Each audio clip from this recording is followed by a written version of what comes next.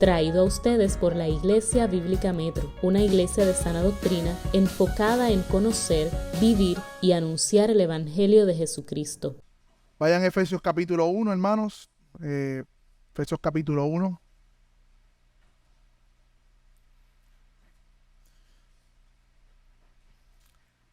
Y de manera resumida, hubo un problema con la predicación pasada para publicarla, así que no la hemos podido ver de nuevo o repasarla. Pero sí quisiera de manera resumida decir lo que hablamos la vez pasada, ya que estamos en una serie. Y en primer lugar vimos que este capítulo 1 es un canto de alabanza de Pablo a Dios. Y ese es el tono de la teología, la alabanza. No es un debate acerca de la elección, no es un debate ni una pelea de Pablo con nadie allí. Está adorando a Dios por lo que ha hecho en Cristo. Y dijimos que la mejor teología la hacemos cuando la hacemos en adoración. Hablamos de la bendición al Padre y cómo el Padre es quien nos elige en Cristo. La salvación es una salvación trina, pero el Padre nos ha elegido. Bendecimos al Padre por su elección, que es lo que vamos a ver hoy. Pero vimos que Pablo primero expresa su bendición, su alabanza al Padre, al Dios Padre. Y hablamos un poco de las bendiciones espirituales. Y meditamos en cómo las bendiciones espirituales deben tener implicaciones reales en nuestra vida. Básicamente ese es el resumen de la predicación anterior. Y hoy veremos el versículo 4. Así que vamos a leer el 3 y el 4. Dice la palabra del Señor. Bendito sea el Dios y Padre de nuestro Señor Jesucristo, que nos ha bendecido con toda bendición espiritual en los lugares celestiales en Cristo. Porque Dios nos escogió en Cristo antes de la fundación del mundo, para que fuéramos santos y sin mancha delante de Él. Y en esta versión incluye el amor. Así que hoy vamos a ver parte de esas bendiciones celestiales, que es que hemos sido elegidos en Cristo para ser santos y sin mancha delante de Él. Amén. Y quería de alguna manera concluir o continuar la meditación donde la dejamos la vez pasada. Hablamos que Dios nos ha bendecido con toda bendición espiritual en los lugares celestiales. Pero quizás no definimos muy bien a qué se refiere el autor con los lugares celestiales. Lo ven ahí en el versículo 3 conmigo. Dice que nos ha bendecido con toda bendición en los lugares celestiales en Cristo. Y según el contexto de Éfeso, los lugares celestiales es donde Cristo ahora está sentado. Es donde Cristo ahora está sentado en gloria. No es el cielo físico, las nubes, no es el espacio donde están las estrellas, no. Es como Pablo llama en Corintios, el tercer cielo, aquel cielo que es espiritual, que está por encima de toda realidad física, hermano. Así que hemos sido bendecidos y nuestra bendición proviene de esa realidad espiritual. Y el tema de lo celestial no es nada nuevo en la Biblia, mis hermanos. En el Antiguo Testamento, aún los judíos tenían una concepción de lo que es celestial, de lo que es el cielo. Y correspondía a la morada de Dios y sus ángeles. Así que, hermano, la bendición que tú y yo hemos recibido, las bendiciones que hemos recibido, provienen del cielo y no del hombre ni de cosas terrenales. Y aquí, hermano, aunque no lo vamos a buscar ahora, sí lo puede apuntar si está haciendo nota en Hebreos 9, 23 al 24. Hebreos 9, 23 al 24. Vemos que la Biblia nos explica que el sacrificio de Cristo no solamente tiene una dimensión terrenal, histórica. Sí, Cristo murió históricamente. Sí, físicamente fue crucificado. Pero dice en Hebreos 9, 23 al 24, que Cristo subió al cielo. Y dice que ese cielo es el verdadero tabernáculo. Si miramos el Antiguo Testamento, Dios manda a leer un tabernáculo y ustedes en sus lecturas bíblicas anuales tienen 10, 12, 15 capítulos acerca de los detalles de cómo debe ser hecho el tabernáculo. No sé si se acuerdan en Éxodo. Y usualmente una lectura pesada, Porque yo voy a leer que tiene que ser con oro, con esta medida. Pero la realidad es que ese tabernáculo terrenal apuntaba, según Hebreos 9, al tabernáculo celestial, donde Cristo al morir subió con su sangre preciosa y pagó ante el Padre el precio de nuestros pecados. Por eso nuestras bendiciones son celestiales. Jesús, en vez de gastarlo todo, quedarse con todo, Él lo pagó todo y compartió todo con nosotros. Miren esto, hermanos, Él nos incluyó en su herencia. ¿Y saben lo que hace? Muere para que esa herencia tenga efecto. Y ahora está resucitado en los cielos, asegurándose que cada uno por acuerdo, aquellos que Él murió, reciba los beneficios de su herencia. Por eso las bendiciones celestiales son en Cristo. En Cristo. Porque Cristo las hizo posible. Esa frase en Cristo la vamos a ver por todo Efesios. Por todo Efesios. Es la clave de entender Efesios. En Cristo. Así que, hermanos, veamos pues la primera bendición espiritual que hemos recibido. Que ahora vamos a entrar al versículo 4. ¿Cuál es esa primera bendición espiritual que hemos recibido? Lea conmigo versículo 4. Porque Dios nos escogió en Cristo antes de la fundación del mundo. O sea que el Padre está expresando una alabanza al Padre y le dice: bendito sea el Dios y Padre de nuestro Señor Jesucristo, que nos ha bendecido con toda bendición espiritual en los lugares celestiales en Cristo. ¿Por qué? ¿Por qué Pablo está alabando? La primera bendición espiritual es la elección. Él nos escogió en Cristo. O sea, Dios el Padre nos escogió. Fue Él. Él es el autor de la elección, mis hermanos. Ese verbo que se traduce ahí como escoger significa elegir entre buscar para sí. Miren esto, hermano. No es un concepto lejano, no es algo... es que Dios, el Padre, escoge para sí, para Él. Y ese verbo está expresado en una declaración definitiva. ¿Qué quiere decir eso, hermano? Que es un hecho concreto, completado. Él no está escogiendo, Él no escogerá, Él ya nos escogió en Cristo.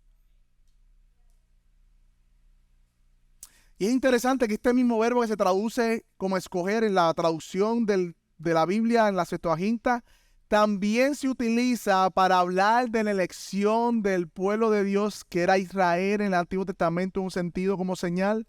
Es el mismo verbo que se utiliza cuando se habla de la elección de Israel como pueblo. Así que, hermanos, esta es nuestra primera bendición espiritual, por decirlo de una manera, que hemos recibido del Padre en Cristo, que hemos sido escogidos para sí mismo. No hay nada de maravilla que nosotros escojamos a Dios, hermano. Nada de maravilloso, porque Dios es deseable. Dios es excelso, Dios es hermoso. Pero la maravilla del Evangelio es que Él nos haya escogido a nosotros. Esa es la maravilla del Evangelio que debe dejarnos asombrados, hermano. Sin elección en Cristo no hay ninguna bendición espiritual. Por eso Pablo comienza con la elección. Y por eso alaba a Dios por la elección, al Padre. No hay bendición espiritual que nos pertenezca si no hemos sido elegidos en Cristo. Pero como hemos sido escogidos en Cristo, hermano, y lo estoy repitiendo a propósito porque esta verdad tiene que calar nuestro corazón, como hemos sido elegidos, escogidos por Él, para sí tenemos todas las bendiciones espirituales en Cristo. Ahora bien, mis hermanos, ¿cuándo fue esta elección? Porque, fuimos escogidos, pero el mismo texto nos contesta cuándo fue. ¿Fue en el momento en que yo creí que fui escogido? ¿Cuando yo decidí por Cristo? ¿O fue cuando Dios vio en el futuro que yo iba a creer y por lo tanto Él me escogió? No, no Y no, hermanos.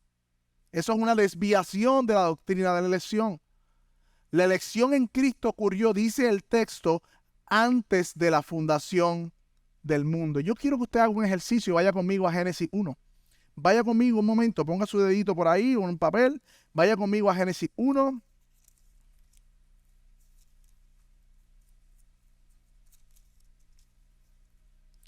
Y quiero que lea juntamente conmigo, que se escuche fuerte lo que dice ese pasaje. Génesis 1, versículo 1. Primer libro de la Biblia, el primer verso de la Biblia, dice que en el principio Dios creó los cielos y la tierra. Hermanos, antes de ese verso 1, si usted lo quiere hacer, lo puede hacer, yo lo hice. Puse un paréntesis y dice, yo fui escogido por Dios antes de este verso. Antes de ese verso que está ahí, usted fue escogido por Dios.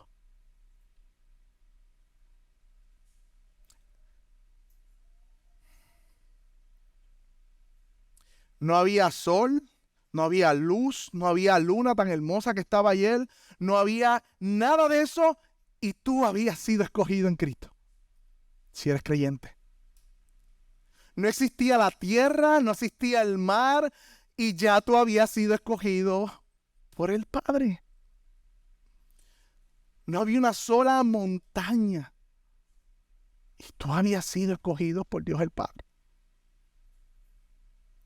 No había un solo árbol, no había un solo animal y tú habías sido escogido por Dios el Padre. Hermanos, cuando miremos la creación, y esto cambió mi forma de ver la creación estudiando este pasaje, no solamente veo las maravillas de la sabiduría, del poder de Dios, veo que la creación fue hecha para mí. Sí, para su gloria, para mostrar su grandeza. Pero antes de cada montaña, Dios había pensado en mí primero. Yo estaba en su mente. Y no estoy convirtiendo la predicación antropocéntrica, hermano. No se equivoque. Esto es lo que dice el texto. Él nos escogió en Cristo antes de la fundación del mundo. Y yo bajaba de camino a Mayagüez y veía las montañas de Salinas y todas estas montañas y yo lloraba y decía, wow. Tan inmensas, tan brutales, cómo exaltan a Dios la creación. Y antes de Él crear esto, yo fui escogido. Fui conocido por Él, como dice Romanos 8:29, que dice que los que de antemano conoció, está hablando de manera personal, no está hablando de acciones, también los predestinó a ser hechos a la imagen de su Hijo. Hay un contraste en Mateo, cuando dice que muchos dirán aquel día, Señor, Señor, en tu nombre. Y Él le dice, es que no me acuerdo de ustedes. Jesús no le dice, es que tus obras no fueron suficientes. Jesús le dice, apártense de mí, yo jamás los conocí. Está hablando de personas, de un conocimiento personal. Hermanos, Juan 10:14 dice que yo soy el buen pastor y conozco a mis ovejas. Hermanos, desde la eternidad pasada, antes de la creación del mundo, Dios nos conoció y nos amó con un amor eterno en Cristo. Si eres creyente.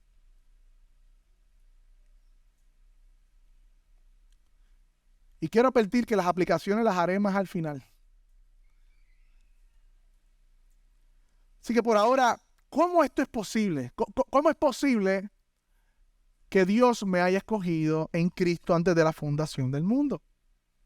¿Cómo es eso posible? Bueno, mis hermanos, eso es posible porque esta doctrina está fundamentada en el carácter de Dios. En la naturaleza, en sus atributos, está fundamentada esta doctrina. El atributo de la soberanía, de la eternidad y de la gracia eterna de Dios es el fundamento de la elección. Hermanos, los atributos de Dios no son otra cosa que sus perfecciones. Y la base de la elección es el atributo de la soberanía de Dios. La soberanía de Dios no es uno de los atributos así como que, no. La soberanía de Dios es la naturaleza subyacente de Dios. ¿Qué quiere decir eso? que es el fundamento de todos sus atributos. Si nosotros no conocemos la soberanía de Dios, nosotros no conocemos a Dios de ninguna manera. Porque lo que hace Dios es su soberanía. Por eso esta doctrina le molesta a mucha gente. Porque quieren ser Dios y le molesta que Dios sea Dios, pero no, la soberanía de Dios es el derecho absoluto de Él de gobernar todas las cosas de acuerdo a su voluntad y beneplácito. Él es soberano.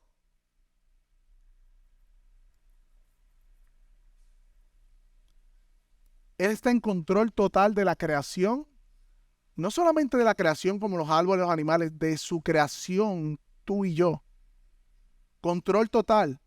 No hay nada fuera de su control. Sproul decía que si hay una molécula fuera de su control, ya Dios dejaría de ser Dios. Porque hay algo que Él no controla. Hay algo que está fuera de Él. Él está en control total, hermano, y por eso por eso la elección se fundamenta en la soberanía de Dios. Hemos sido elegidos en Cristo desde antes de la fundación del mundo porque nuestro Dios es soberano, hermanos. Salmo 115:3, y para mí es el resumen de la soberanía de Dios. Nuestro Dios está en los cielos, dice el texto. Todo lo que quiso ha hecho. Ya. Para mí ese es el resumen de la soberanía de Dios. Nuestro Dios está en los cielos y todo lo que quiso ha hecho. Todo. Ahora bien, otro atributo que vemos aquí en la elección es la eternidad de Dios, hermanos. Eternidad de Dios. Porque esta elección fue hecha antes de la fundación del mundo y a eso nosotros le llamamos el tiempo pasado, la eternidad pasada. Antes de que el tiempo comenzara a existir, Dios es Dios, hermano. Yo sé que esto sale un poco de nuestra mente finita y qué bueno, porque si no yo no adoraría a Dios. Nuestro Dios es infinito y eso nos reta, nos saca de nuestras casillas porque Él no está limitado por el tiempo como tú y yo. El tiempo comenzó a existir cuando Él creó el mundo, pero Él no es afectado por el tiempo, Él es eterno. Él no comenzó a existir, Él siempre ha existido y nunca dejará de ser. Él no aprende con el tiempo. Él no desmejora como el tiempo como nosotros que nos ponemos, envejecemos y nuestras habilidades van bajando. No. Dios desde la eternidad y hasta la eternidad ha estado perfecto en sí mismo y no hay nada que pueda mejorar o aprender. Así que hemos sido elegidos en Cristo antes de la fundación del mundo porque nuestro Dios es eterno. Porque esa elección ocurrió en la eternidad. Salmo 92, un resumen de la eternidad de Dios. Antes de que nacieran los montes y formases la tierra y el mundo, desde el siglo, mira cómo dice el salmista, hasta el siglo, todo lo que podamos considerar como tiempo eterno o físico, tú eres Dios. Tú eres Dios. Ahora, no solamente Dios es soberano, no solamente Dios es eterno en la elección, sino que la elección es un acto de su gracia soberana y eterna. Y ahí sumamos los tres atributos. ¿Qué es la gracia de Dios, mi hermano? Es el amor de Dios libremente manifestado hacia los pecadores culpables, a pesar de que merecían su juicio. Así que la elección, la razón de la elección se encuentra en Él, no en nosotros, mis hermanos. Para nada está en nosotros. Él no nos eligió porque éramos a ser buenas personas. Él no nos eligió porque éramos buenas personas. De hecho, más adelante vamos a ver que era para que fuésemos santos y sin mancha. No éramos santos y sin mancha. No lo éramos. La elección es el fundamento de la gracia de Dios, mis hermanos. Sin elección, si nosotros negamos la doctrina de la elección soberana, mis hermanos, la palabra gracia pierde su sentido. Completamente. Completamente. Pierde todo su significado. Porque entonces la salvación sería un pago por lo que hemos hecho. Y ya no sería gracia, como dice Pablo. Y el resumen de la salvación por gracia, Efesios 2:8. Porque por gracia sois salvos por medio de la fe. Y esto no es de nosotros, sino que es un regalo, un don de Dios. Así que, hermanos, vimos los atributos que están, por decirlo de una manera, sustentando, informando la elección soberana de Dios el Padre. Ahora bien, hemos visto que Dios el Padre nos ha elegido desde la fundación del mundo. Hemos visto los atributos que son el fundamento de esa elección, pero hay un problema, mis hermanos. Aquí hay un problema que no hemos visto. Es que la gracia de Dios no puede eximir su justicia y su santidad. Porque Dios tiene gracia, Dios es amor, pero Dios es santo y Dios es justo. Hay un problema allí. ¿Cómo es que puede escoger a personas pecadoras? ¿Cómo las va a escoger? Si Él es justo, ¿dónde quedaría su justicia? Aunque sea desde la eternidad pasada. Eso violaría el carácter de Dios, el hecho que Dios escogiera personas pecadoras desde antes de la fundación del mundo que han violado su santidad con sus acciones. Aunque nosotros lo vemos en el futuro, Dios lo ve todo. Diego oraba esta mañana, Él conoce el fin desde el principio, como dice Isaías. ¿Acaso no había que esperar primero que Cristo muriera para que Dios pudiera escogernos? Eso sería una pregunta lógica, ¿no? Para así no violar su justicia y santidad. ¿Eso era necesario primero para que Él nos pudiera escoger en la eternidad pasada? Y yo creo que la contestación está en el mismo pasaje, mis hermanos. Y se resume en la frase que dijo ahorita, en Cristo. Y es que la elección, mis hermanos, no solo es la elección de nosotros como instrumentos o por decirlo de una manera, como recipientes de su gracia, sino la elección de Cristo mismo de la eternidad pasada. O sea que antes, por eso la elección es en Cristo, porque antes de la fundación del mundo no solamente fuimos escogidos nosotros, sino que la elección fue posible porque Cristo fue escogido, que es el mediador en medio. Y yo sé que esto también nuevamente nos saca de nuestra aquí y ahora, pero acompáñenme, mis hermanos, acompáñenme en esta riqueza de bendiciones espirituales. Ahorita las vamos a aterrizar todas.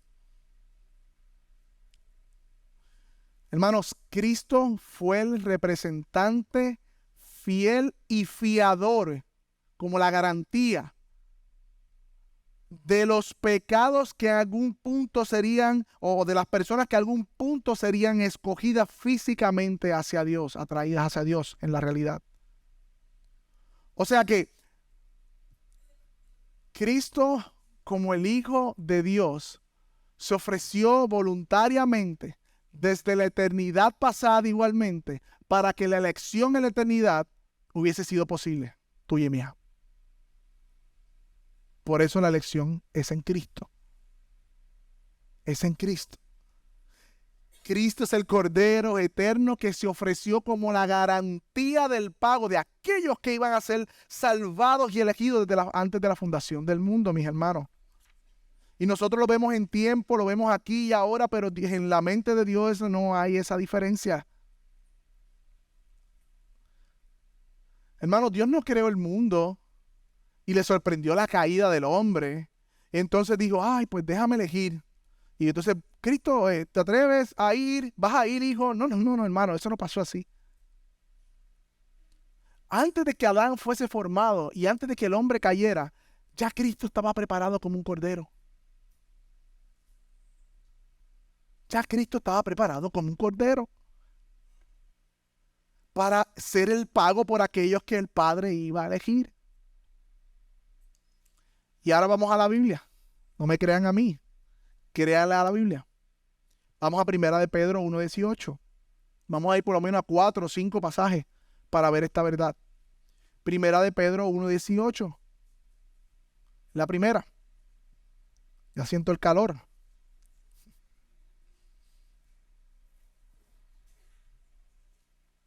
Si tienen agua por ahí, alguien que me pueda dar agua también. 1 de Pedro 1:18. Yo le iba a quitar a ellos. Pero está bien, está bien. Yo creo que yo aguanto. Yo quiero agua. Bueno, lo puedo poner ahí. 1 de Pedro. 1:18. Amén. Dice la palabra de Dios. Ustedes saben que no fueron redimidos de su mala manera de vivir, heredada de sus padres con cosas perecederas como oro o plata. Dice el versículo 19 que, sino con sangre preciosa como de un cordero sin tacha y sin mancha. O sea, la sangre de Cristo. Porque Él, ¿quién es ese Él? Cristo estaba preparado desde antes de la fundación del mundo. Pero se ha manifestado en estos últimos tiempos por amor a ustedes. Versículo 21. Por medio de Él, ustedes son creyentes en Dios. Vayan conmigo a la carta a Tito, capítulo 1, 1 al 2.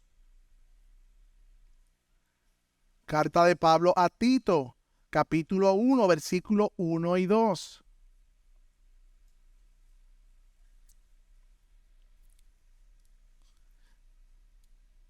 Dice, Pablo, siervo de Dios y apóstol de Jesucristo, conforme a la fe de quienes, de los escogidos de Dios y al pleno conocimiento de la verdad, que es según la piedad, con la esperanza de que la vida eterna, esa esperanza de vida eterna, la cual Dios, que no miente, ¿qué hizo Dios? La prometió desde los tiempos eternos. Segunda de Timoteo, vaya conmigo, 1 al 9. 1:9, mejor dicho. Segundo de Timoteo 1:9.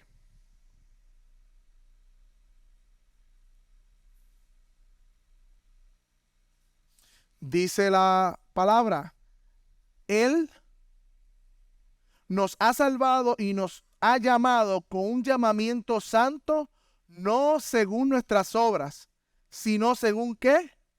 Su propósito. Ahora bien, y según la gracia que nos fue dada en Cristo, ¿desde dónde? Desde la eternidad. Y que ahora ha sido manifestada con la aparición de nuestro Salvador. Salmo 46, vaya conmigo porque esto se pone más y más hermoso y interesante. Así como el calor más intenso. Para que se acuerden de la prédica. Salmo 40, 6 al 8. Me encanta porque la palabra es la palabra de Dios y la palabra de los hombres, pero es la palabra de Dios, ¿sabes? Miren esto. Salmo 46 al 8. Miren lo que dice el salmista. Sacrificio y ofrenda de cereal no has deseado. Me has abierto los oídos. Holocausto y ofrenda por el pecado no has pedido. Entonces dije, aquí estoy.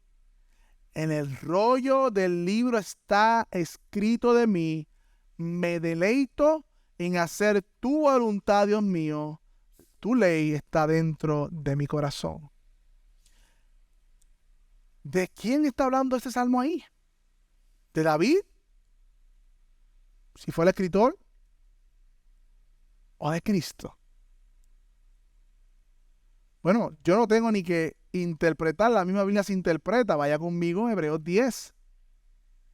Estoy terminando esta parte de buscar en diferentes lugares, pero quiero que vean el fundamento de la doctrina que es bíblica.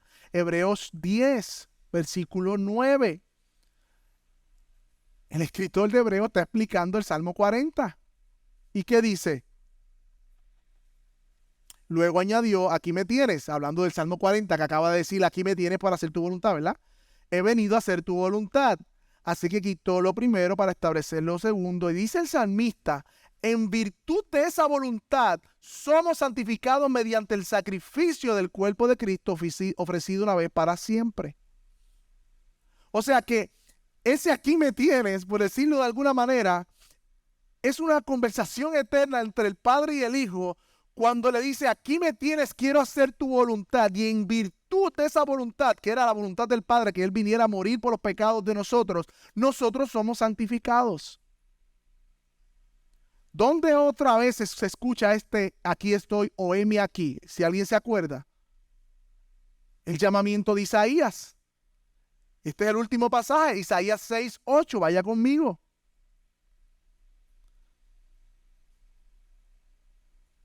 En ese sentido, hermano, cuando Isaías escucha esto y responde, es como si Isaías estuviese escuchando una conversación trinitaria, por decirlo de alguna manera, que se dio en la eternidad pasada. Entonces mira lo que dice Isaías 6:8. Entonces escuché la voz del Señor que decía: ¿a quién enviaré y quién irá por nosotros?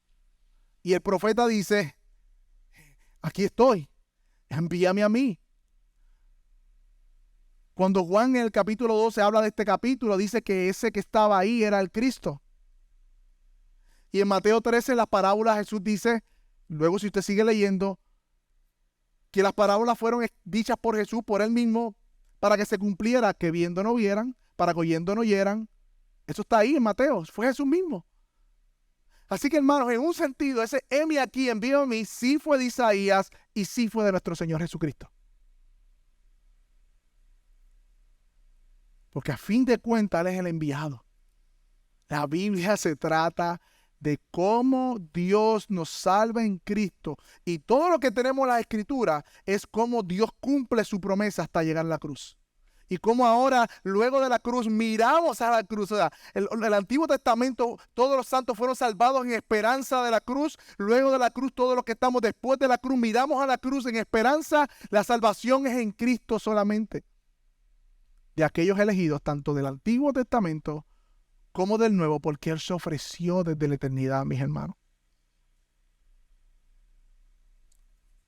Mi hermano, yo sé que esto es denso, pero a la misma vez, meditar en estas verdades, mis hermanos, es hermoso. Porque tú y yo somos el resultado, mis hermanos, más de que la salvación o el amor hacia nosotros, es del amor del Padre y del Hijo. Miren esto, hermano. Dios ha amado a su Hijo desde la eternidad, dice Jesús en Juan 17. Desde la eternidad se han amado. El Padre y el Hijo se han amado desde la eternidad. Y en esa eternidad el Hijo se ofrece voluntariamente para obedecer al Padre y venir a morir por nosotros, porque Él nos eligió. Y logra la salvación de los escogidos. Y ahora el Hijo, como ama al Padre, trae a todos los redimidos y se los presenta a su Padre. Y terminamos con este pasaje, esta parte de los textos que estamos buscando, Juan 17, porque esta oración sacerdotal de Jesús es la consumación del pacto de redención hecho en la eternidad pasada por el Dios Trino. ¿Qué dice Juan 17, 1 al 5? Jesús está a punto de ser entregado, termina de enseñarle a sus discípulos todas las enseñanzas del aposento alto, y ahora va a hacer una oración sacerdotal que no nos dice, que no las enseña a nosotros, es Él con el Padre. Esto no es oración para que nosotros hagamos en un sentido, una oración que Jesús hizo. No hay confesión de pecado, no hay necesidad, es simplemente Jesús orando a su Padre, el Hijo orando al Padre. Juan 17, versículo 1 al 5 dice: Padre, ha llegado la hora, glorifica a tu Hijo, para que tu Hijo te glorifique a ti. ¿Qué hora ha llegado, mis hermanos? ¿Qué momento ha llegado? Sino aquel momento que había estipulado desde la eternidad pasada que ocurriese en el tiempo. Que Cristo viniera a morir por los pecados de sus elegidos, de sus escogidos. Por eso Él dice: ha llegado esta hora. Esa hora no fue inventada, estaba determinada desde la eternidad pasada por el pacto de redención. O sea, y Él le dice, el versículo 2, ya les he conferido autoridad, ya que le has conferido autoridad sobre todo mortal, para que Él les conceda vida eterna a los que le has dado. ¿A quién le va a conceder vida eterna? ¿A toda la humanidad? ¿A todos los hombres? ¿Qué dice? A los que les has dado. Y esta es la vida eterna, que te conozcan a ti, el único Dios verdadero, es Jesucristo, a quien ha enviado. Versículo 4 dice: yo te he glorificado en la tierra y he llevado a cabo la obra que me encomendaste. ¿Cuándo fue, mis hermanos, nuevamente que esa obra fue encomendada? Antes de la fundación del mundo. Antes de la fundación del mundo. Y ahora, Padre, glorifícame tú en tu presencia, con la gloria que tuve contigo, y aquí está el tiempo, antes de que el mundo existiese. Y quiero terminar esa parte con el versículo 24. Vaya conmigo. Padre, quiero que los que me has dado, a esos elegidos, estén conmigo donde yo estoy, para que vean mi gloria que me has dado, porque me has amado desde antes de la fundación del mundo. Hermanos, Dios el Padre nos elige en Cristo. Cristo obedece al Padre y muere en la cruz para reconciliarnos con Él, y ahora nos quiere traer con Él para que disfrutemos su gloria por siempre y para siempre. Hermanos, sin elección no hay ninguna bendición espiritual. Sin Cristo no hay ninguna bendición espiritual. Ahora bien, mis hermanos, ¿para qué fue que nos eligieron? ¿Cuál es el primer propósito de la elección? Mira el texto conmigo. Volvemos a Efesios y nos quedamos ahora ahí. Volvemos a Efesios. Versículo 4. Dice, porque Dios nos escogió en Cristo antes de la fundación del mundo. Eso ya lo vimos. Para. Declaración de propósito. Otras versiones dice, a fin de que fuéramos, ¿qué? Santos y sin mancha delante de Él. Mis hermanos, si fuimos escogidos para ser santos y sin mancha delante de Él, claramente indica, mis hermanos, que no éramos eso. No éramos santos antes de la elección. No éramos sin mancha. No, fuimos elegidos para obrar santificación o santidad en nosotros y limpiarnos de todo pecado. Pablo no dice que el Padre nos eligió porque supo de antemano que seríamos santos. No, lo dijo para que fuésemos entonces santos.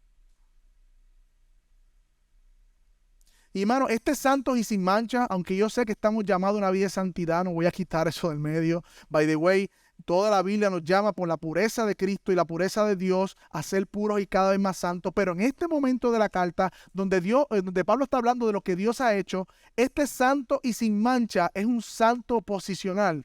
¿Qué significa eso, mis hermanos? Significa que Dios nos ha hecho santos y sin mancha delante de Él. ¿Por qué es posicional? ¿Por qué? Porque es delante de Él.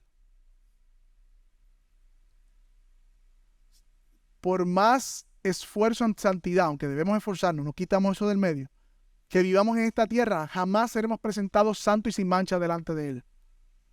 Hay pecado en nosotros. Consciente, inconsciente, hay pecado. Pero santo y sin mancha es delante de Él. Así que Dios nos salva. ¿Y saben lo que hace? Nos presenta delante de Él mismo, santos y sin mancha. Esa es nuestra identidad si estás en Cristo.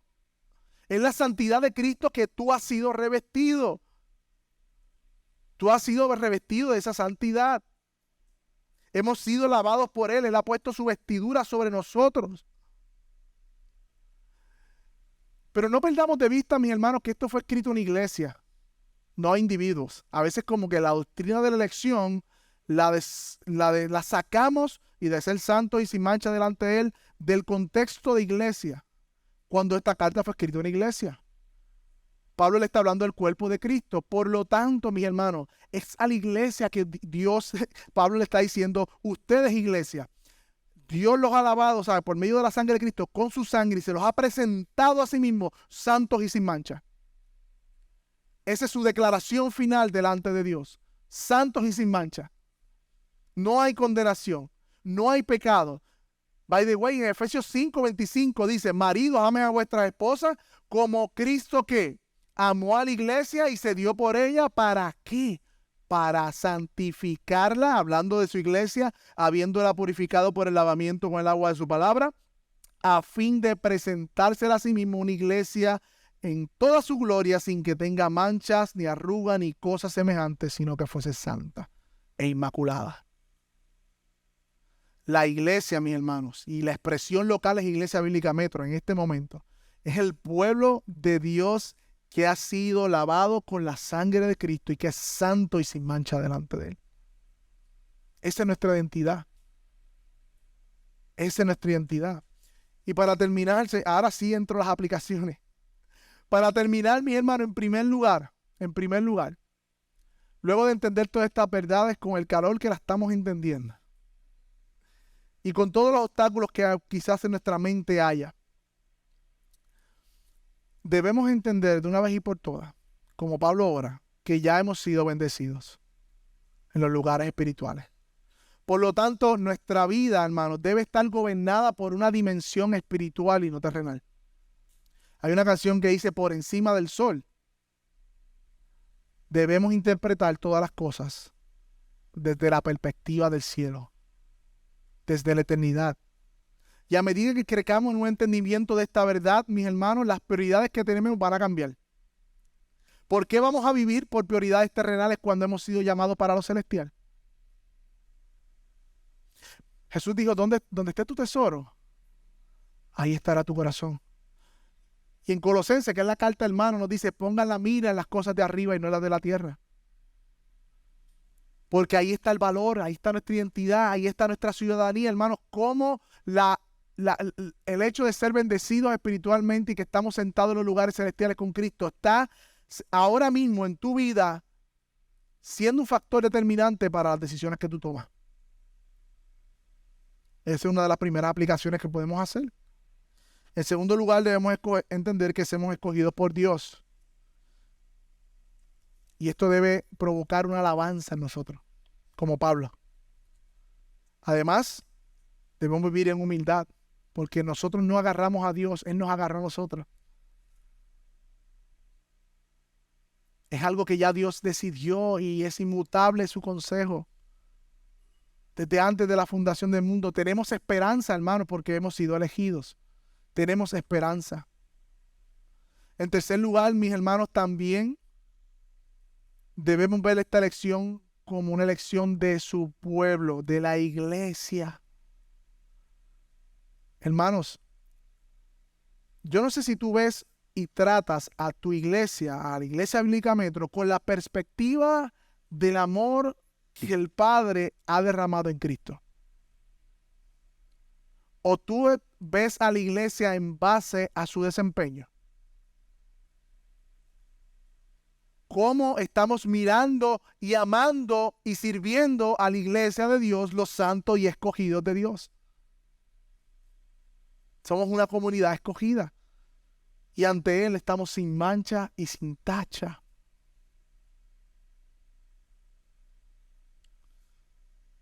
Hermanos, en cuarto lugar, hemos visto que nos eligió para ser santo y sin mancha delante de Él. Yo te pregunto, ahora mismo, ¿tú crees esto? ¿Tú crees que delante de Dios ahora mismo Él te ve santo y sin mancha? ¿Tú lo crees? ¿Cómo llegaste hoy a la iglesia? Atribulado, fatigado, en duda, decepcionado de ti mismo, mirando con distancia el trono de la gracia. Porque si tú estás en Cristo ahora mismo, tú eres santo y sin mancha delante de Él. Y si te incomoda es porque no entiendes la gracia. Cuando incomoda es porque es gracia. Porque la gracia de Dios no tiene pero. Nos gusta decir, somos salvos por gracia, pero cuidado, ya no es gracia.